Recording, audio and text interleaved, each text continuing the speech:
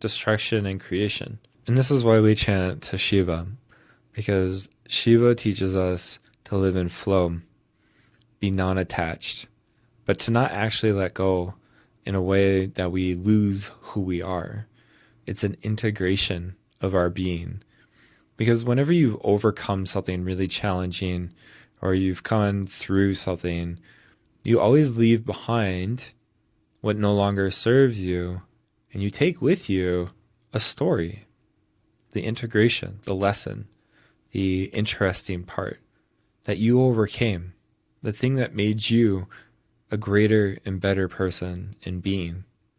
And that is something that I find deeply cherishing and nourishing about Shiva. So we'll close with a mantra to him and wrap up this meditation.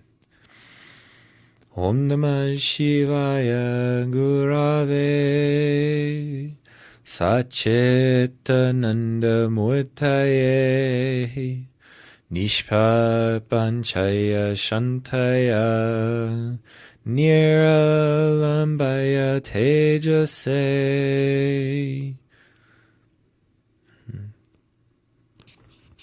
Thank you for joining me on this mantra meditation. If you like it, if you want more, subscribe. Thank you. Om Shanti.